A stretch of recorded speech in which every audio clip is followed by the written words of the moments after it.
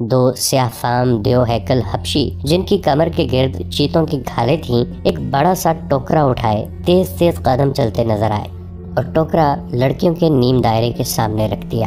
ساز سپیروں کی بین کی دھن بجانے لگے۔ حبشی مست سانڈوں کی طرح پھنکارتے غائب ہو گئے۔ ٹوکرے میں سے ایک بہت بڑی کلی اوپر کو اٹھی اور پھول کی طرح کھل گئی۔ اس پھول میں سے ایک لڑکی کا چہرہ نمودار ہوا اور پھر وہ اوپر کو اٹھنے لگی۔ یوں لگتا تھا جیسے سرخ بادلوں میں سے چاند نکل رہا ہو۔ یہ لڑکی اس دنیا کی معلوم نہیں ہوتی تھی۔ اس کی مسکراہٹ بھی عرضی نہیں تھی۔ اس کے بالوں کی چمک بھی مصر کی کسی لڑکی کی چمک نہیں لگتی تھی۔ اور جب لڑکی نے پھول کی چوڑی پتیوں میں سے باہر قدم رکھا تو اس کے جسم کی لچک نے تماشائیوں کو مسحور کر لیا۔ علی بن سفیان نے صلاح الدین ایوبی کی طرف دیکھا۔ اس کے ہونٹوں پر مسکراہٹ تھی۔ صلاح الدین ایوبی نے مسکرا کر اس کے کان میں کہا، مجھے توقع نہیں تھی کہ یہ اتنی خوبصورت ہوگی۔ ناجی نے صلاح الدین ایوبی کے پاس آ کر کہا، امیر مصر کا اقبال بلند ہو، اس لڑکی کا نام زکوئی ہے۔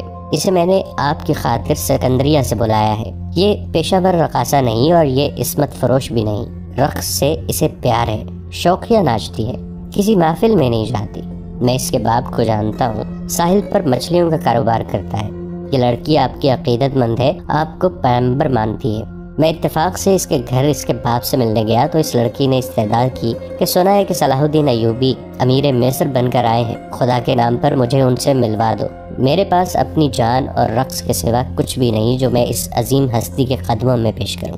قابل صد احترام امیر، میں نے آپ سے رقص و سرود کی اجازت اسی لیے مانگی تھی کہ اس لڑکی کو میں آپ کے حضور پیش کرنا چاہتا تھا۔ آپ نے اسے بتایا تھا کہ میں اپنے سامنے کسی لڑکی کو رقص اور عریانی کی حالت میں نہیں دیکھ سکتا۔ صلاح الدین ایوبی نے کہا، یہ لڑکیاں جنہیں آپ ملبوس لائے ہیں بالکل ننگی ہیں عالی مقام۔ ناجی نے کھسیانہ ہو کے جواب دیا، میں نے بتایا تھا کہ امیر مصر رقص کو ناپسند فرماتے ہیں، لیکن یہ کہتی تھی کہ میرا رقص پسند کریں گے کیونکہ میرے رقص میں دعوت گناہ نہیں، یہ ایک باعصمت لڑکی کا رقص ہوگا۔ میں ایوبی کے حضور اپنا جسم نہیں اپنا فن پیش کروں گی۔ اگر میں مرد ہوتی تو ایوبی کی جان کی حفاظت کے لیے اس کے محافظ دستے میں شامل ہو جاتی۔ آپ کہنا کیا چاہتے ہیں؟ صلاح الدین ایوبی نے پوچھا۔ اس لڑکی کو اپنے پاس بلا کر اسے خراج تحسین پیش کروں کہ تم اپنے جسم کو ہزاروں مردوں کے سامنے عریاں کر کے بہت اچھا ناچتی ہو؟ اسے اس پر شاباش کہوں کہ اس نے مردوں کے جنسی جذبات بھڑکانے میں خوب مہارت حاصل کی ہے۔ نہیں امیر مصر، ناجی نے کہا، میں اسے اپنے وعدے پر یہاں لایا ہوں۔ آپ اسے شرف باریابی بخشیں گے؟ یہ بڑی دور سے اس امید پر آئی ہے، ذرا دیکھیے اسے۔ اس کے رقص میں پیشہ ورانہ تاثر نہیں، خود سپردگی ہے۔ دیکھیے وہ آپ کو کیسی نظروں سے دیکھ رہی ہے۔ بے شک عبادت صرف اللہ کی جاتی ہے، لیکن یہ رقص کی اداؤں سے، عقیدت سے، مخمور نگاہوں سے آپ کی عبادت کر رہی ہے۔ آپ اسے اپنے خیمے میں آنے کی اجازت دے دیں، تھوڑی سی دیر کے لیے۔ اسے مستقبل کی وہ ماں سمجھیں جس کی کوکھ سے اسلام کی پاسبانی کے لیے جانباز جنم لیں گے۔ یہ اپنے بچوں کو بڑے فخر سے بتایا کرے گی کہ میں نے صلاح الدین ایوبی سے تنہائی میں باتیں کرنے کا شرف حاصل کیا تھا۔ ناجی نے نہایت پر اثر الفاظ اور جذباتی لب و لہجے میں صلاح الدین ایوبی سے منوا لیا کہ یہ لڑکی جسے اس نے ایک بردہ فروش سے خریدا تھا، شریف باپ کی باعصمت بیٹی ہے۔ اس نے صلاح الدین ایوبی سے کہلوا لیا کہ اچھا اسے میرے خیمے میں بھیج دینا۔ زکوئی نہایت آہستہ آہستہ جسم کو بل دیتی اور بار بار صلاح الدین ایوبی کی طرف دیکھ کر مسکراتی تھی۔ باقی لڑکیاں اس کے گرد تتلیوں کی طرح جیسے اڑ رہی ہوں۔ یہ اچھل کود والا رقص نہیں تھا۔ مشعلوں کی روشنی میں کبھی تو یوں لگتا جیسے ہلکے نیلے شفاف پانی میں جل پریاں تیر رہی ہوں۔ چاندنی کا اپنا ایک تاثر تھا۔ صلاح الدین ایوبی کے متعلق کوئی نہیں بتا سکتا تھا کہ وہ گمسم بیٹھا کیا سوچ رہا تھا۔ ناجی کے سپاہی جو شراب پی کر ہنگامہ برپا کر رہے تھے وہ بھی جیسے مر گئے تھے۔ زمین اور آسمان پر وجد طاری تھا۔ ناجی اپنی کامیابی پر بے حد مسرور تھا اور رات گزرتی جا رہی تھی۔ نصف شب کے بعد صلاح الدین ایوبی اس خوشنما خیمے میں داخل ہوا جو ناجی نے اس کے لیے نصب کرایا تھا۔ اندر انہوں نے قالین بچھا دیے تھے۔ پلنگ پر چیتے کی کھال کی مانند پلنگ پوش تھا۔ فانوس جو رکھوایا تھا اس کی ہلکی نیلی روشنی صحرا کی شفاف چاندنی کی مانند تھی اور اندر کی فضا عطربیز تھی۔ خیمے کے اندر ریشمی پردے آویزاں تھے۔ ناجی صلاح الدین ایوبی کے ساتھ خیمے میں گیا اور پوچھا، اسے ذرا سی دیر کے لیے بھیج دوں؟ میں وعدہ خلافی سے بہت ڈرتا ہوں۔ بھیج دو، صلاح الدین ایوبی نے کہا اور ناجی ہرن کی طرح چوکڑیاں بھرتا خیمے سے نکل گیا۔ تھوڑا ہی وقت گزرا ہوگا کہ صلاح الدین ایوبی کے محافظوں نے ایک رقاصہ کو ان کے خیمے کی طرف آتے دیکھا۔ خیمے کے ہر طرف مشعلیں روشن تھیں۔ روشنی کا یہ انتظام علی بن سفیان نے کرایا تھا تاکہ رات کے وقت محافظ گرد و پیش کو اچھی طرح دیکھ سکیں۔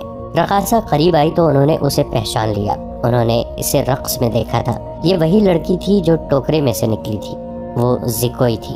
وہ رقص کے اس لباس میں تھی جو توبہ شکن تھا۔ اس میں وہ عریاں تھی۔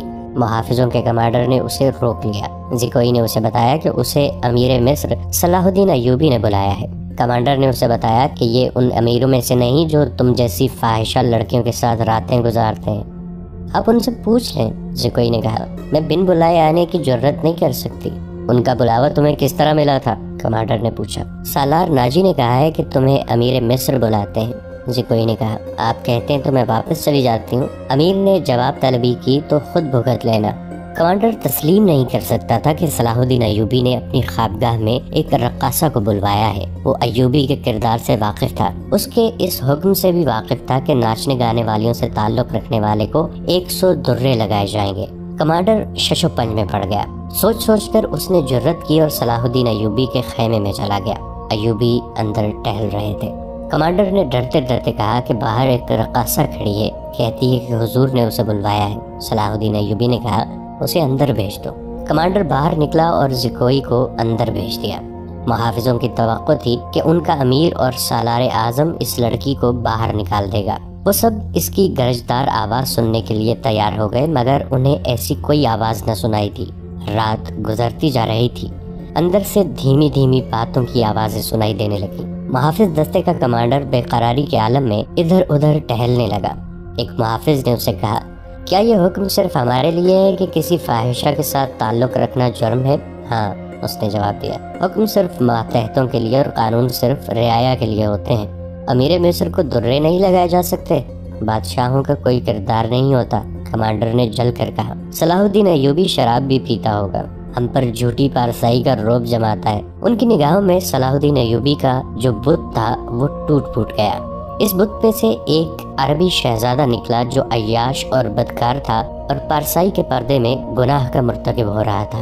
دوسری طرف ناجی بہت خوش تھا۔ صلاح الدین ایوبی کی خوشنودی کے لیے اس نے شراب سونگھی بھی نہیں تھی۔ وہ اپنے خیمے میں بیٹھا مسرت سے جھوم رہا تھا۔ اس کے سامنے اس کا نائب سالار ادرش بیٹھا تھا۔ اس نے ناجی سے کہا، اسے گئے بہت وقت گزر گیا ہے، معلوم ہوتا ہے ہمارا تیر صلاح الدین ایوبی کے دل میں اتر گیا ہے۔ میرا تیر خطا کب گیا تھا؟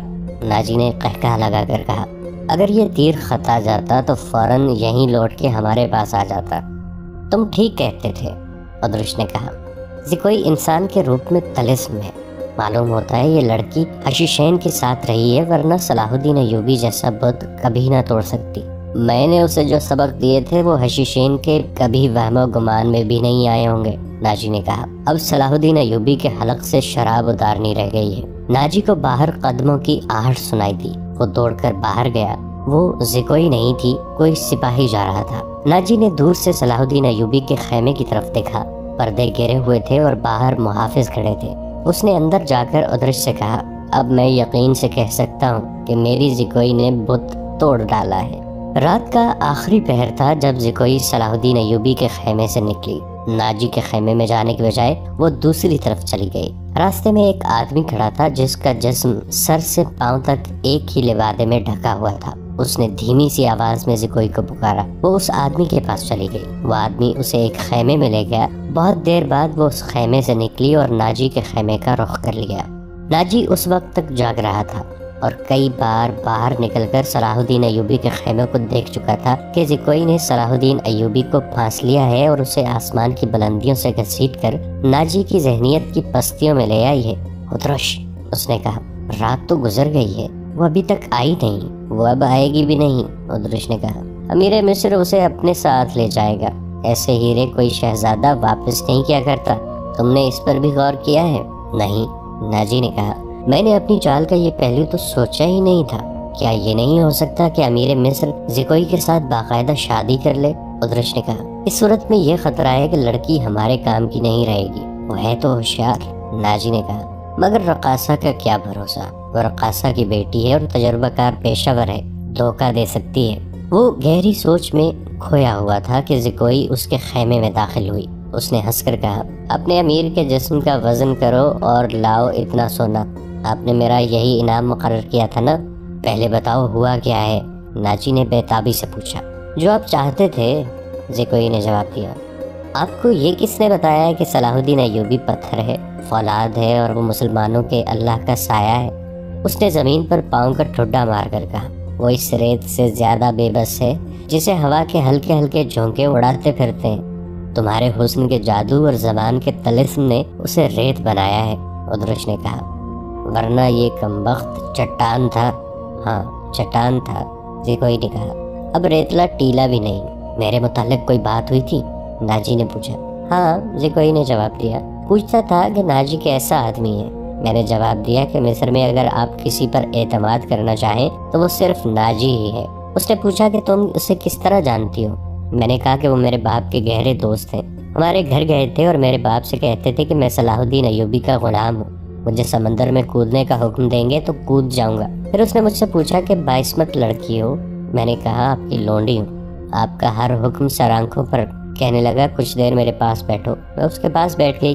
پھر وہ اگر پتھر تھا تو موم ہو گیا اور میں نے موم کو اپنے سانچے میں ڈال لیا۔ اس سے رخصت ہونے لگی تو اس نے مجھ سے معافی مانگی۔ کہنے لگا میں نے زندگی میں پہلا گناہ کیا ہے۔ میں نے کہا یہ گناہ نہیں، آپ نے میرے ساتھ دھوکہ نہیں کیا، زبردستی نہیں کی، مجھے بادشاہوں کی طرح حکم دے کر نہیں بلایا، میں خود آئی تھی، پھر بھی آؤں گی۔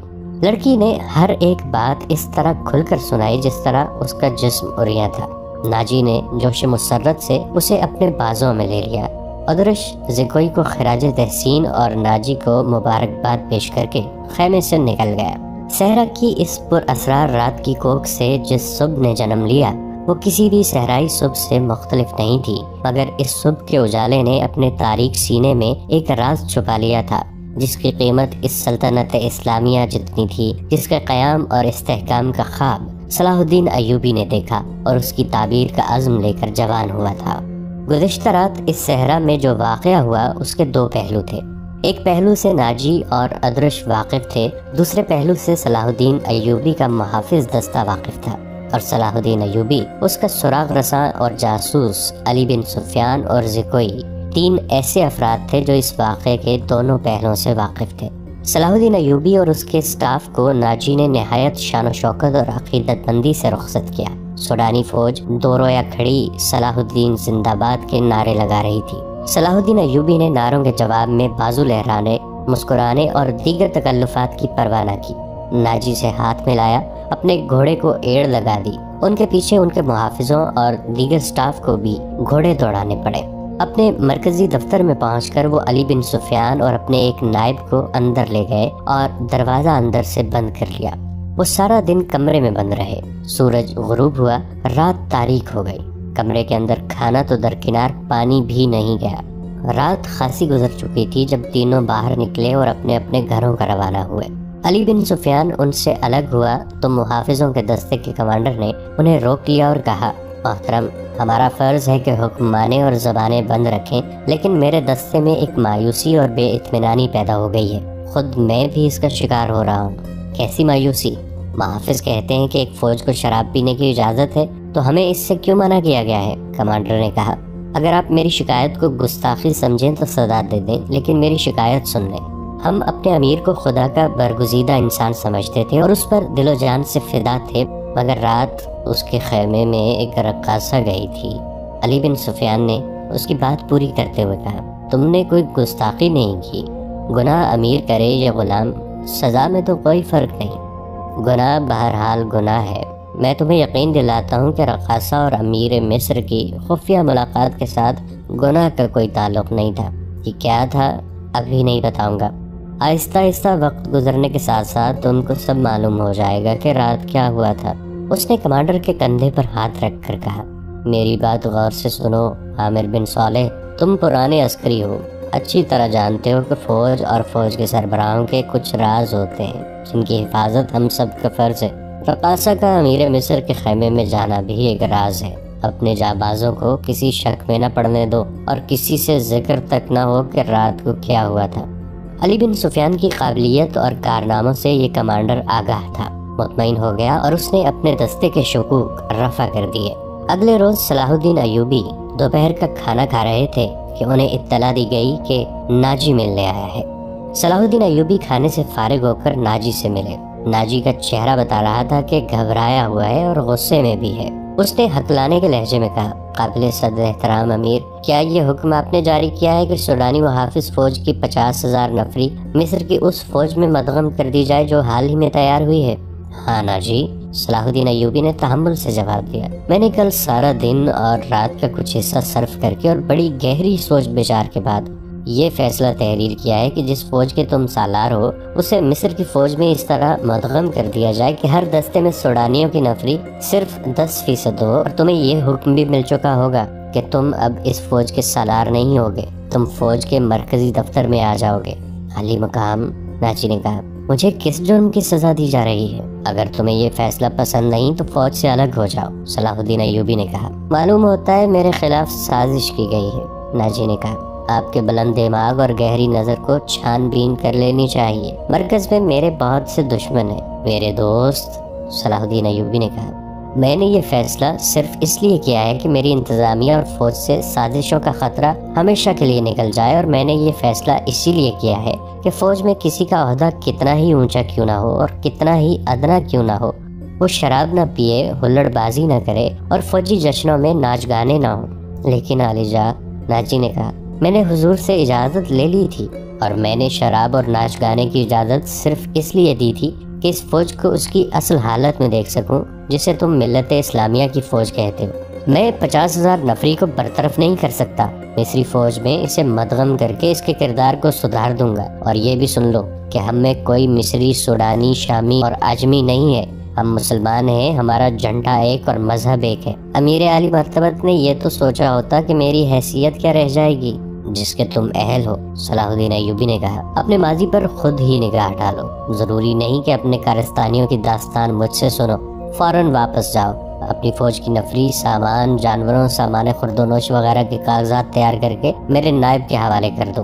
7 دن کے اندر اندر میرے حکم کی تعمیل مکمل ہو جائے۔ ناجی نے کچھ کہنا چاہا لیکن صلاح الدین ایوبی ملاقات کے کمرے سے نکل گئے۔ ناظرین، آج کی قسط میں اتنا ہی۔ آپ سے ملاقات ہوگی اسی ویڈیو کے تسلسل کے ساتھ نئی قسط میں۔ اگر آپ ہماری نئی آنے والی ویڈیو سے باخبر رہنا چاہتے ہیں تو ہمارے اس چینل کو سبسکرائب کر کے نیچے موجود بیل آئیکن کو ضرور کلک کیجیے گا۔ دعا ہے کہ اللہ رب العزت آپ کو اپنی حفظ و امان میں رکھے۔ ہمارا اور آپ کا اللہ نگہبان۔